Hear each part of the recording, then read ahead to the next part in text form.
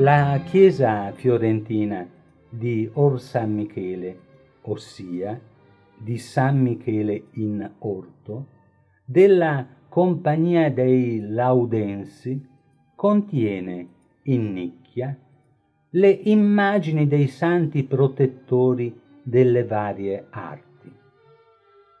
San Matteo di Lorenzo Ghiberti, patrono del cambio, ossia dei banchieri. Esercitava la professione del gabelliere. Aveva vinto l'appalto per riscuotere le imposte per l'impero romano. Presumibilmente uno degli uomini più odiati in Palestina. Ghiberti lo rappresenta evangelista, un bronzo lavorato finemente, nella bordura del mantello, nei calzari, e se il volto è un tormento di impetuosità mal trattenuta, la mano è decisa nell'esigere attenzione a ciò che scrive, un vigoroso esattore di anime. Caravaggio lo rappresenta nella precedente attività, seduto al banco delle imposte a contar monete. Cristo lo chiama, lui, diligentemente, finisce il triste lavoro, si alzerà dopo. Santo Stefano, dello stesso scultore, protegge l'arte della lana. Nel resto della cristianità è protettore dei muratori, scalpellini e scultori, perché con le pietre fu lapidato. Non si capisce la ragione della scelta della congregazione.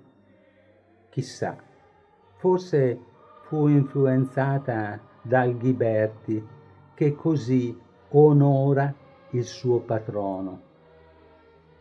L'opera è di sobria eleganza, è rappresentato giovane, aggraziato e nel contempo determinato. Ghiberti aveva presente il quadro di Giotto. Osservate la conciatura e confrontate le dita della mano destra. Di Nanni di Banco è il Sant'Eligio, in marmo, protettore dei fabbri. È una scultura pressoché coeva a quella di San Matteo. Eligio fu orafo famoso. Realizzò 2 troni per il re Clotario II, nonostante la quantità d'oro consegnatagli bastasse per uno solo. Si convertì, divenne vescovo e morì serenamente nel suo letto, una rarità tra i santi, nel 660 d.C. Il volto esprime la serenità dell'uomo onesto e forse la tiara, riccamente ornata, pesa sulla sua umiltà. Ci piace soffermarci sulla predella, ove un fabbro ferra un cavallo. Tuttavia, un miracolo attribuitogli è d'aver riattaccato una zampa al cavallo.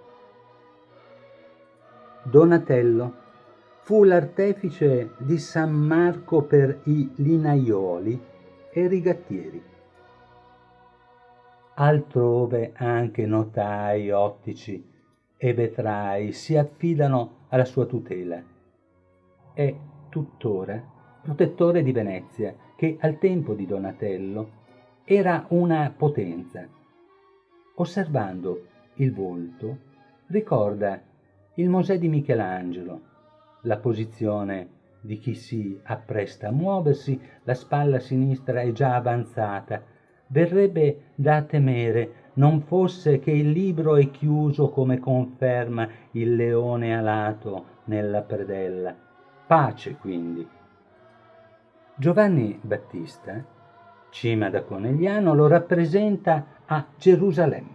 Nel compimento del miracolo, Agnano alza la mano ferita che il santo guarisce bagnandola con un po' di saliva. La folta barba ed il capello arruffato coincidono con la scultura di Donatello. Per i pellicciai operò Niccolò di Pietro, scultore di San Giacomo Maggiore, decapitato nel 42, le cui spoglie riposano a Santiago, a Compostela. Per il carattere impetuoso era noto come il figlio del tuono. La figura non manifesta esuberanza, mentre la predella fotografa la decollazione. L'unico spunto che può collegarlo ai pellicciai si trova in un quadro di Palma il Giovane. Con il bastone da pellegrino, mantello e forse bisaccia, Giacomo irrompe aprendo il Vangelo e in terra spagnola apre la strada alla conversione. A Pietro di Giovanni Tedesco è attribuita la Madonna della Rosa, l'unica opera del XIV secolo, tutrice dei medici e speziali, una deliziosa scena intima. Il bimbo sta per cogliere un petalo da offrire al passero appoggiato al suo ginocchio, retto da quello materno, sotto lo sguardo attento di lei. Cogli la rosa, lascia la spina, ci par di udir. La predella vuota nulla ci suggerisce. Sappiamo che nel dolore, nella paura, forse un momento prima di morire, il pensiero e la voce, potendo, invoca mamma. È argomento sufficiente, pensando che a quel tempo il chirurgo era nell'ordine dei macellai. Tra le molte ci piace la Madonna del Parmigianino, un putto biondo ricciuto, signore del globo terracqueo, offre alla madre una rosa. Allontaniamo ogni torbido pensiero freudiano, dimentichiamo Edipo e la madre Giocastra. Siamo davanti a un capolavoro che ci suggerisce altra bellezza, quella dipinta dal Tintoretto, Venere, Vulcano e Cupido, una natività pagana di egual calda tenerezza senza ambiguità. Anche no, a ben guardare, qualcuno sta fuggendo sul suo carro in una nuvola vaporosa. Se è Apollo, un sospetto ci coglie. Che letizia divagare nell'arte senza pretese d'erudizione, lasciando alle sinapsi libertà di annodare immagini. Torniamo ad Orsanmichele. Baccio da Montelupo propone San Giovanni l'Evangelista a protezione della seta. Il bronzo, diversamente dal marmo, se fuso, è materia fluida che nella cassaforma si compone secondo quanto modellato rovescio. Ci turba l'avvolgimento, senza ragione, del manto sul plesso solare ed ancor più il motivo che collega il santo alla tessitura. Invero, il figlio di Zebedeo, discepolo prediletto, partecipò alla pesca miracolosa, si suppone con la rete. È l'unico intreccio che abbiamo trovato. L'opera è di Duccio da Boninsegna. Da un cartone dipinto di Raffaello per un arazzo abbiamo conferma di questo labile indizio. Ancora Ghiberti con Giovanni Battista per l'arte Calimala, Cala Mala. In una qualche ruga, ossia via, di Firenze si raccoglievano i panni di lana inglesi, francesi, fiamminghi, per tingerli, pettinarli, cardarli e rivenderli come bello lana, calos nalos. Probabilmente questa rigenerazione si può associare al battesimo. In questo bronzo non lo riconosciamo, pare un senatore romano. Solo un ricciolo di capelli ci conduce a quello drammatico di Francesco del Cossa nella Pinacoteca di Brera. Eremita, ostile alle parole superflue, spigoloso ad ogni voluttà, e per aver respinto la bella Solomè ci lasciò la testa. San Tommaso, celebre è la sua incredulità, ben si addice al tribunale della mercanzia che, diffidando di tutto, ci può azzeccare. Verrocchio è l'autore del bronzo. La scena è celebre. Inconsueto è, rispetto a quanto sinora visto, il movimento. In musica si direbbe andante commoto delle vesti. Bella la torsione di Tommaso, un piede fuori dalla nicchia spinge, invero con poco vigore, la rotazione dell'anca, rimedia il busto e tutto s'aggiusta. Tommaso, detto Didemo, ossia gemello, è generalmente destinato a proteggere, oltre i giudici, anche nel caso gli architetti. L'etimologia greca indica costruttore e l'architetto per eccellenza è Dio, che tuttavia ha avuto motivo di ricredersi sulla bontà della sua creazione, salvando Noè e pochi eletti dal diluvio. Il Caravaggio rappresenta crudamente la curiosità ispettiva dello scettico. Gesù lo guarda, sembra consenziente. Sant'Agostino afferma che se si vuole incontrare Dio si deve cercarlo, soprattutto nei dettagli. San Luca è del Gian Bologna. I committenti sono giudici e notai. Siamo alla fine del secolo d'oro e il manierismo s'affaccia nell'eccesso di virtuosismo. Il casco integrale che avvolge la testa lascia scoperta una mascherina. Il folto e ricciuto pelo scendendo si indurisce in una massa greve. Luca dipinse il vero volto di Gesù ed il notaio è soddisfatto.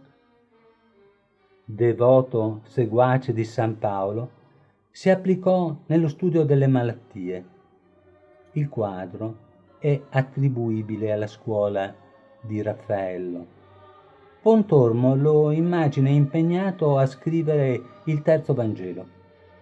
Un giovane vigoroso, illuminato da una luce strana, ovviamente non dal buio verso cui guarda.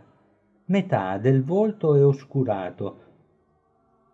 La luce non esce dal libro, altrimenti non si spiegherebbe l'ombra sotto il mento. La luce, iconologicamente, rappresenta la verità.